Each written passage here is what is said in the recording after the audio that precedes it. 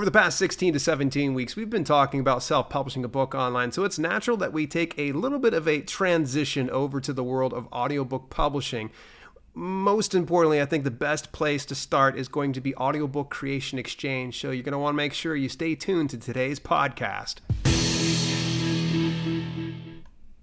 What's happening? It's Dale here, and I'm just tickled to death that you're taking a little bit of time out your day to spend a little bit of time with me. This is episode 78, and the first in the series on self-publishing an audiobook. We had been talking about self-publishing a book online for the past 16 weeks. So I'm over it. There's other avenues we can look at, but honestly, I just want to kind of switch over to the land of audiobook publishing. And if you're not there just yet, I really believe you should get there like ASAP. And I'm going to give you some very good reasons here in today's episode.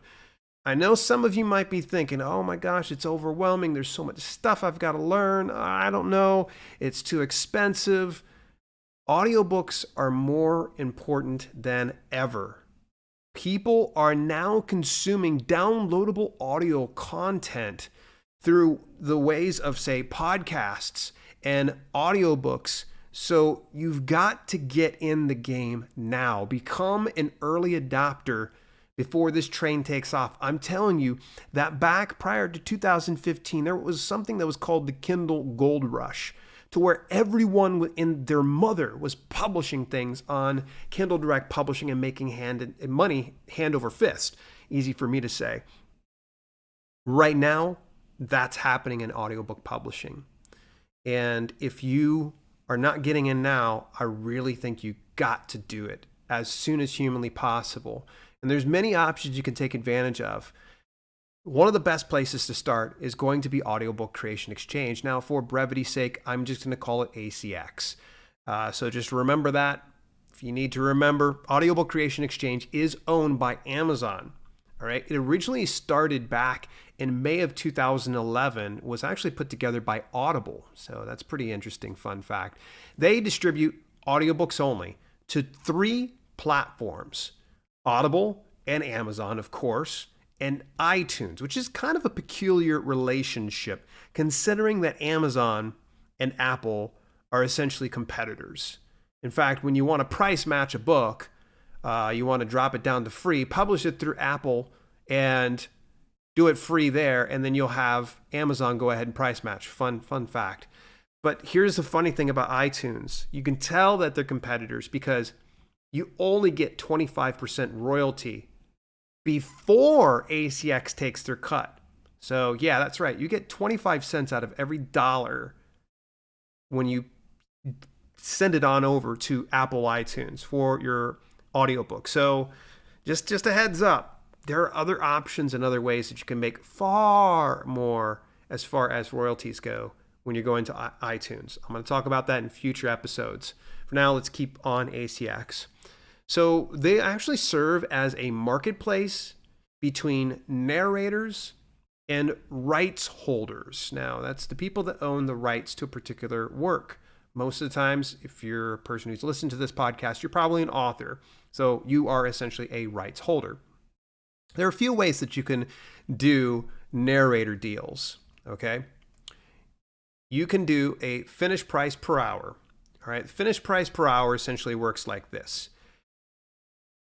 You have an audiobook. Let's say it's 9,500 words, and maybe when it's read out loud, it's an hour's worth of listening content. That would be a finished hour.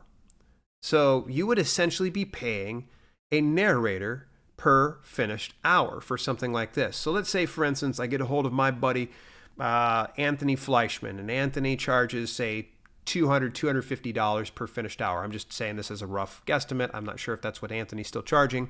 But that means if I have, for instance, a 2-hour book, that's going to run me $500 for him to do that book. Now, some of you are kind of cringing. You have to remember, on the other side of things, as a narrator, they're not just simply sitting down, pressing record, and calling it a day. They've got to go through your manuscript. They actually have to highlight certain areas. They have to prepare for it. They have to look up certain words and the pronunciation of those words. And if you're doing fiction work, they're going to probably have to study the characters and figure out specific dialects or how they're going to deliver it. Voice acting in general takes a lot of preparation. And then comes the part of actually reading it. And I'm going to tell you this, I actually have some experience now in doing audiobooks. I read my own book and I still messed up numerous times doing my audiobook. So there's the mistakes. And then you got to go back through, you have to edit, get everything cleaned up. You have to master it and do post-production and then mastering it before it actually is finished. So there is a ton of work involved. So though your book might be an hour long, it could take about 3 to 6 hours or more to complete that specific audiobook. It just really depends on the narrator and their experience of the topic of what your book is on. How you pay works like this. You pay them most times after delivery. So they will typically do a deal with you in which you pay them after they're done, because obviously they're really not sure how long the book is going to be until it's finished. Sometimes though, narrators do require a deposit in advance. Okay? Don't take offense to it. All right? They've got things to do, and there have been numerous times that rights holders have kind of screwed them over. So if they're asking for a deposit, it's because they want to make sure they're not going to get screwed over by you. And honestly, it's up to the narrator how they're paid. You're going to want to make sure you discuss it ahead of time. Do they require a deposit? Do they do PayPal? Do they do something else? It's never conducted through Acx. Acx does not have an escrow of some sort. In other words, you don't just upload your money up there, they hold on to it and they hand it on over to the narrator and things are done. No, they just expect for you to, being the rights holder and the narrator, to kind of discuss those things and work it out amongst yourselves.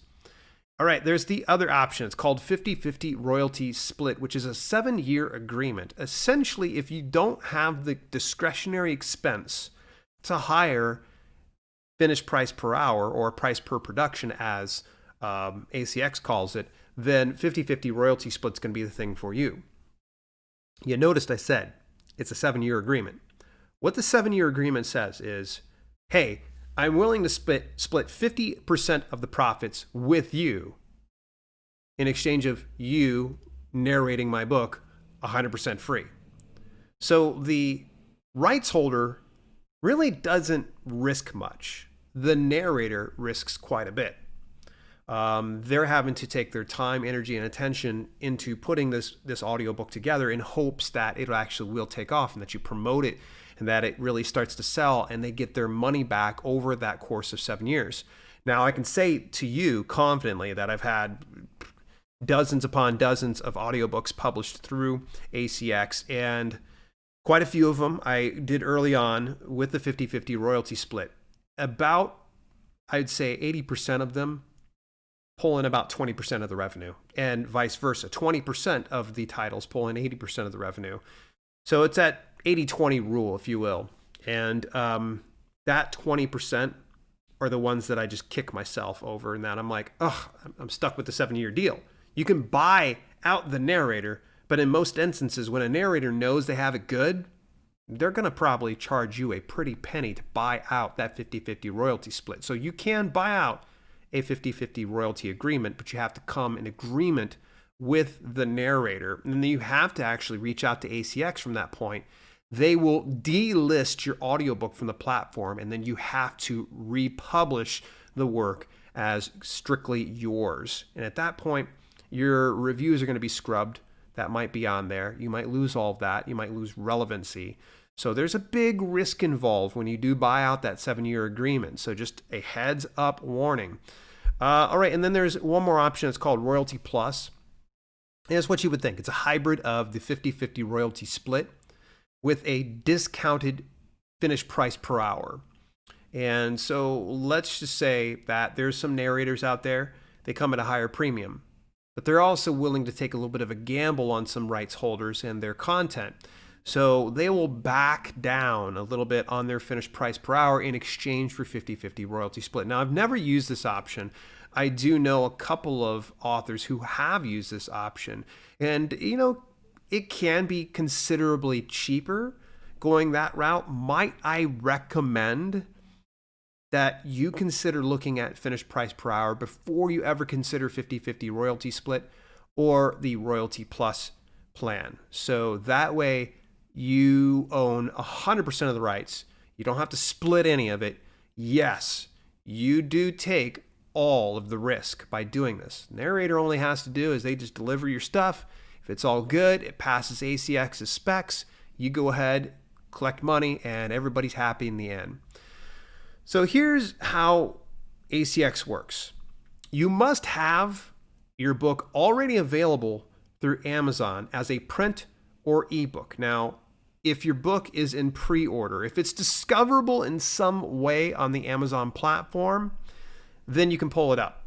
That's one of the big drawbacks when it comes to Acx. You can't just simply go over and publish an audiobook.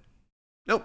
You have to have the print book or the ebook available on Amazon's platform because you search that up and you find it and you can be able to present it that way. There are other platforms that will allow you to publish without having the print and ebook, and I'm going to talk about that in future episodes here, but for right now, we'll focus on Acx. You can do what I call a bring your own audiobook. If you already have a narrator, someone you trust, someone you like, or if you're a narrator or voiceover talent, bring your own audio work. But just remember, it has to pass their specifications. It's pretty specific, and I'd rather than talking about some of these nerdy levels and such like that, I would just recommend go to Acx's help page to see what the specs are. When I work with my engineer over at the local studios that I've been doing my audiobook, I just hand that stuff off over to him, and it's worked like a charm so far. If you're working with narrators through Acx, how this works is they started out with, you can first of all put it on the marketplace for people to audition for. If you don't want to have auditions, you can always search somebody up. They've got a great system for searching up authors based on your budget, your niche, your needs. If you need a female versus a male, do you need a Southern accent? Do you need a British accent? There's so many things that you can do through their filters to find just the right audiobook narrator and then approach them. But once you do come to an agreement and you want to work together, what they're going to do is you're going to come to the agreement, you both kind of sign off on it, and then they're going to give you a 15-minute, the first 15 minutes of the work. It's going to be essentially like a sample, okay? Once you approve that, the agreement is official. It's 100% official. There's no backing out. If it's not approved, you can still kind of back out. Let's say, for instance, you get that 15 minutes and you discover that this person, I don't know, has a weird nose whistle and they can't seem to fix the nose whistle, in each one of their takes. So you're kind of like, I'm sorry, this just isn't going to work out. You can back out at that point. Just let Acx know, hey, look, this isn't working out with this narrator, and you can back out of the agreement. But if it is approved, you have come to terms with the narrator to back out, then fine. I know there are some occasions that after 15 minutes, maybe you two don't get along, or maybe even the narrator says, ooh, this book's turning out way harder than I thought it would be. If you both agree, you can back out, okay? Acx is pretty flexible, and I hear very few horror stories of people, not being able to get along with their narrator, or maybe like their narrator ghosts them, and if a person ghosts them, you get a hold of Acx, they haven't heard from this narrator in about a month, then, that's fine. They will probably end up, pretty much making it null and void. All right, let's talk about the royalty structure. And this is a pretty interesting one because if you're used to getting the royalties from, say, KDP, where you're getting 70% for ebooks or 60% for print books, you look at the royalty structure here for audiobooks, and it's absurdly low. Absurdly low. Just ridiculous. 40% royalties to be exclusive to their platform, and it is a 7-year agreement. I don't know what the heck's the deal with their 7-year agreements, but it is what it is. You can't opt out of exclusivity after 1 year, and it's of no penalty to you. You can just pull on out that program. You cannot, however, do it if you have a 50-50 royalty split. So whether that's the royalty plus or you're doing 50-50 royalty split, you're stuck. You have to be exclusive. There's no other way around it. You have to stay on Acx's platform because That's essentially the rules. If you're exclusive, you get promotional codes. The promotional codes are a little different than in years past, and I think this is where I feel like you have to pay closest attention, even if you are experienced in this business. The promotional codes are essentially for giving out to readers to get reviews for your audiobook. It's good for the US and UK only. You can have up to 50 promotional codes per region. You automatically receive 25 per region upon publishing. It's plenty, by the way. It's a lot. You get an additional 25 after your first 10 redemptions and 100 qualified purchases made from your catalog. So in other words, they want to make sure you're going through and utilizing these codes and not just kind of stockpiling them. Just so you know, there's no longer a cash value for these codes. In years past, they did have some cash value. You could be able to get those credits. You could use them on any book inside your catalog. Heck, you could use it on any book inside Audible. That was the crazy thing. They closed up that loophole. Now those promotional codes, when you give it to somebody, they cash it in, they automatically get your book. There's no way around it. And you don't get any cash for it. Remember, promotional codes are great for getting reviews. That's the most important thing. If you want to, you can always say you get the promotional codes, say to use for giveaways or your email newsletter, or even say an ARC team of some sort, which I guess it wouldn't be an ARC team, an advanced reader copy team, if they're first of all listening to it. And on top of that, if it's already been released through ebook or print book, then it's probably not an advanced copy, but you get the idea.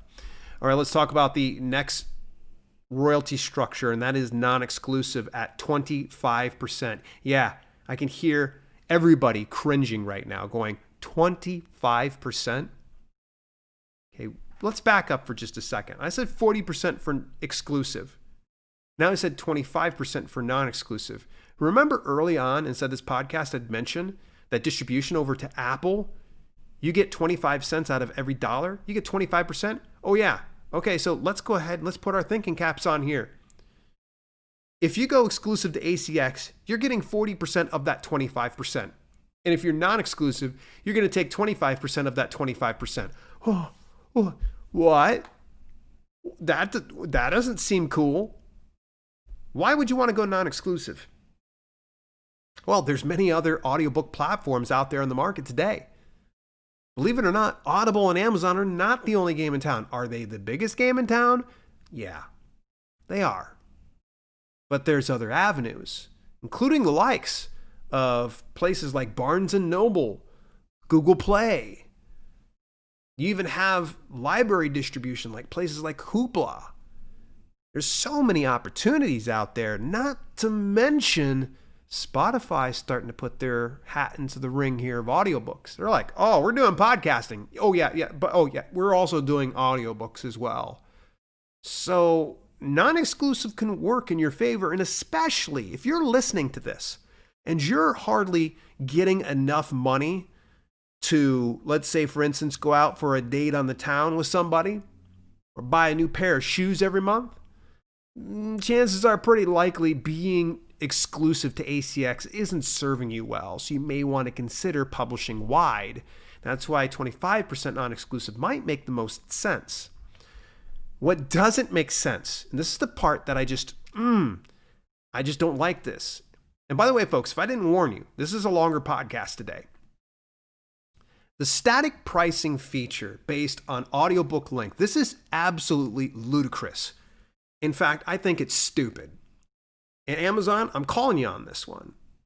Amazon and Audible calling you on this one. That you're not allowing audiobook rights holders to choose the price, that you automatically choose it based on the length.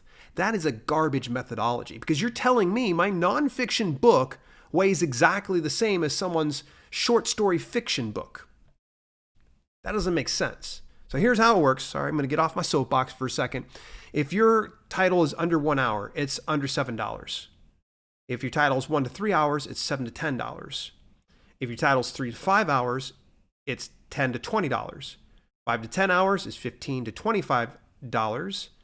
10 to 20 hours, it's $20 to $30. And over $20 or 20 hours, it is $25 to $35. If something's over 20 hours long and I'm charging just $35 for it, please make me stand in the corner. That's insane. 20 hours. Can you imagine if you had a fiction title, which there's a lot out there, and you're just charging $35 for that? That's $1 per minute of something that probably cost you thousands to produce. I just don't like that system. And also the next one is how people get to purchase it isn't always based on those prices, by the way. They have 3 different systems. It's called AL, ALC, and ALOP. That's how they track all of the purchases. AL represents, this is a member sale in which an Audible listener purchased your audiobook using a membership credit. So if somebody is an Audible member, they will use that credit. Now, the credits all are based pretty much on 2 different types of memberships. They have the gold membership and they have the platinum membership. And when they say subscribe monthly for the gold membership, I believe they get 1 to 2 titles, and then they get twice as much on the platinum membership.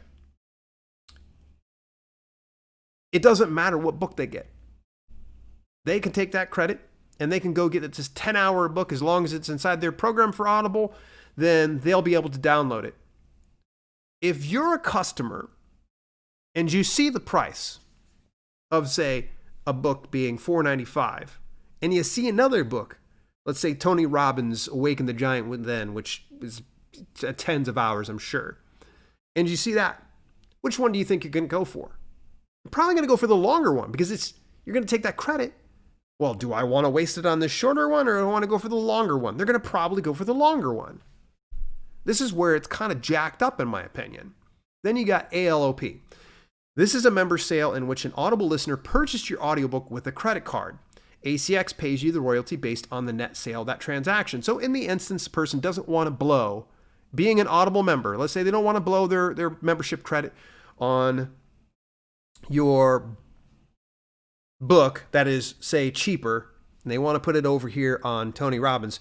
They can come on over to your book and they can go ahead and purchase that at a bit of a discount because they get a discount since they're an Audible member, by the way. Last but not least is ALC. This is an a la carte purchase made by a non-member. So anybody else outside of that, the people that are paying just the raw, rough amount, they're not a member, then that's the best one to see inside your dashboard because you're going to be definitely getting paid the most when it comes to ALC. All right, let's talk about the Bounty Referral Program. All right, if you have an audiobook through there, regardless of exclusive or non-exclusive, and you refer someone to a referral link and they get a free download of your book, they get 30-day free trial of Audible. And if they stay beyond that 30-day trial, you get a $75 bonus. Now, if you've got a 50-50 split, you'll get $50. Your narrator gets $25. It's a cool system, but it requires a lot of work. It requires a lot of educating your audience. And to be honest, you got to kind of trust Audible on this to actually deliver. I'm going to be straight up. This has already been, I'd say, in place about 1.5 years, 2 years, and I have not done a single bounty. And I've built awareness around this. So I'm a bit more skeptical when it comes to the whole bounty program. It is nice, but it does require a lot of work. It's available for US, UK, Germany, and France only. 4 regions. When this can start to spread out, I'm going to feel a little bit more confident in the bounty program, being able to bring in more people. But for right now, I remain skeptical. And on top of that, why give us 4 different links? Why don't you give us a universal link? I mean, Genius Link has it all locked down. Books to Read has it all in lockdown. Why can't Audible, owned by the largest company, one of the largest companies in the world, put together a universal book link that when someone clicks on it, it'll direct them to their region and we get that bounty? Instead of us having to provide 4 different links, people get overwhelmed when they see 4 links and they're like, never mind. That's just me. Payments. All right. So they pay you through either direct deposit or by check. You'll be paid 30 days after the close of the month. Well, I'm going to give you my final thoughts and the pros and cons when it comes to Audiobook Creation Exchange before we do wrap things up. I do want to bring to your attention, and it has been my mission this whole year, and it continues to be my mission, that I want to positively impact over 100,000 authors and self-publishers' lives. And if you happen to be one of those people, it'd mean the world to me if I can kind of just do a little hash mark, just kind of a little bit of a check-in, if you will, of all the people I've positively impacted by going over to my YouTube channel, Self-Publishing with Dale. Visit dalelinks.com/YouTube, and you're going to hit that subscribe button. And once I hit that 100,000, I will know that I've accomplished my mission here in 2020. So if I've helped you in inspiring or motivating you, or I've helped increase your income or your awareness of these things, if there's been any amount of positive impact, could you do me a huge favor and go on over to my YouTube channel and hit that subscribe, ring the bell notification icon so you don't miss a single one of the videos. Got some really good ones inside the pipeline. Final thoughts when it comes to ACX. Is ACX worth it? Here's the pros. The marketplace is second to none. All right. I've seen other marketplaces that you can get narrators on, and you're not going to be able to find any narrators, good quality narrators for the price anywhere else. ACX has a wonderful marketplace. The filter is chef's kiss. I love it. I love the fact that if I've got a budget, I've got someone I specifically need to, find on the platform, someone who's niche specific, I can find them easily. So their filter's wonderful. Their messaging system works pretty well. I kind of like that. The fact that we can kind of keep dialogue. And I'd recommend if you ever do hire a narrator, keep all of your dialogue in that message center. Don't take it off of there, because you want to make sure that if for some reason something goes to arbitration, that ACX has everything tracked perfectly in there. They are also the best royalty for distribution to Amazon and Audible. Though I might poop on the whole idea of 40%. It's still way better than the other avenues I'm going to talk about in the coming weeks, because when you aggregate into Amazon and Audible, other than through ACX, you're going to get 25% of that, and before the aggregator pulls their percentage. So the best royalty for distribution to Amazon and Audible is definitely through ACX. You have to be exclusive though. So, and let's look at the cons, the 7-year agreements. Woo, man. Once you sign on, you're set. You're almost like you're signing on for your firstborn at this point. There's a narrator disconnect sometimes. Every now and then you might get set up with a narrator, and I know I have on numerous occasions, and they'll just ghost you. They'll just disappear. ACX can't do nothing. They don't do anything, actually. That's the funny thing. I had a narrator who did a number of my audiobooks, and for whatever reason, dude just stopped answering my messages, and I have no other way to get a hold of dude. And also, here's the thing. ACX dominates the audiobook market. They dominate. Amazon and Audible's pulling in the lion's share of global publication profits when it comes to audiobooks. But there are alternatives, and you're going to want to make sure you stay tuned to this podcast channel, folks. So that way you know exactly some of the alternatives you can use. And I recommend to some of you, as I'd mentioned before. So is ACX worth it? Abso-friggin-lutely.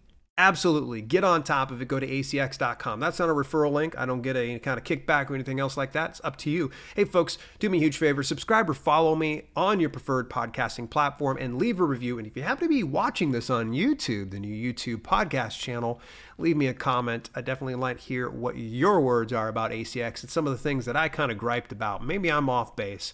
I could be, who knows.